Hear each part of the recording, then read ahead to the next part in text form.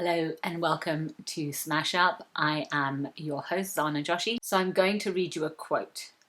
And this quote is from Smedley Butler. Who is Smedley Butler?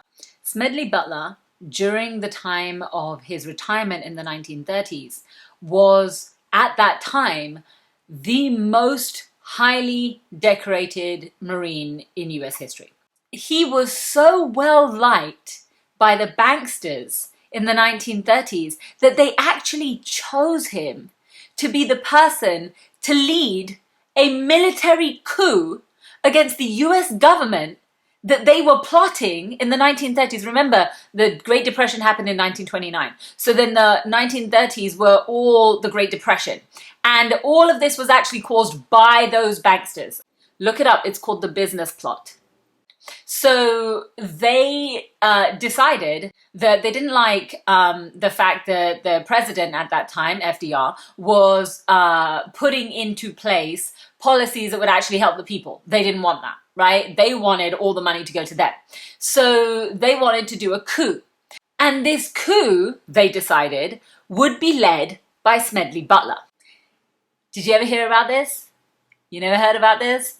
Well, that's why I'm telling you. So when they came to him and they said, hey, Smedley, we want to run a coup and we want you to lead it and will you do it? And he said, hell no. And he went to US Congress and exposed them to the entire US government.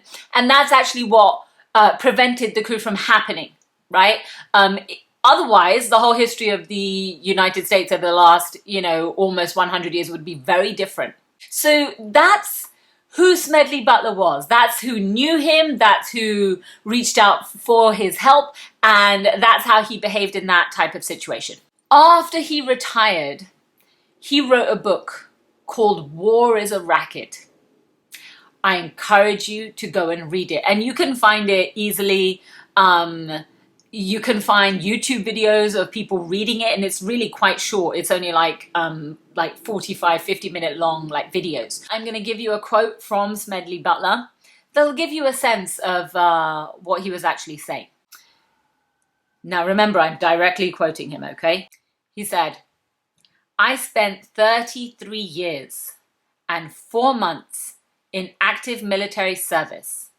And during that period, I spent most of my time as a high-class muscle man for big business, for Wall Street and the bankers. In short, I was a racketeer, a gangster for capitalism. I helped make Mexico, and especially Tampico, safe for American oil interests in 1914. Just to come out of the quote for a second, what was happening in 1914? World War I was happening in 1914. He said, I helped make Haiti and Cuba a decent place for the National City Bank boys to collect revenues in. I helped in the raping of 6 Central American republics for the benefit of Wall Street. Remember, I'm directly quoting him. I helped purify Nicaragua for the International Banking House of Brown Brothers in 1902 to 1912. He said, I brought light to the Dominican Republic for the American sugar interests in 1916. I helped make Honduras right for the American fruit companies in 1903. In China in 1927, I helped see to it that Standard Oil went on its way unmolested. Looking back on it, I might have given Al Capone a few hints. The best he could do was operate his racket in 3 districts. I operated on 3 continents.